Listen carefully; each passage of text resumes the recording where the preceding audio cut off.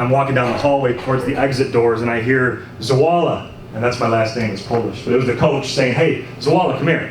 I said, "Yeah, coach, what's up?" So I run over to the coach, and he says, "Look, I'm going to stick to my decision to cut you, because there's just not enough room on the team. But I'm willing to make you an offer." And I said, "What's that?" He said, "I'm willing to make you a practice player.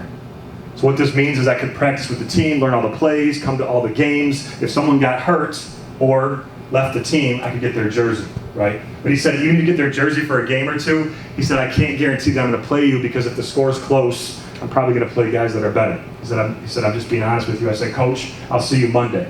So I went through 21 games that season, all the practices that go with 21 games. I never saw the court. Night before the 22nd game of the season, a friend of mine hurts his shoulder snowboarding at Mount Brighton. I get his jersey the next game. I get put in with 2 minutes left, and I have one layup. I have 2 points. But I tell you the story, Teen Center, because I went on to make the team in 10th grade, junior varsity, right, sophomore year of high school. I went on to make the team junior year, 11th grade, I made varsity. And then by senior year, 12th grade, I was a starter for varsity basketball, South Line. You guys can't fail unless you quit, right? We can't fail unless we quit. And there's been so many famous failures, people that have just tried so hard and they failed miserably, right, to finally achieve greatness. You think about Babe Ruth, one of the all-time leaders in home runs, but also strikeouts.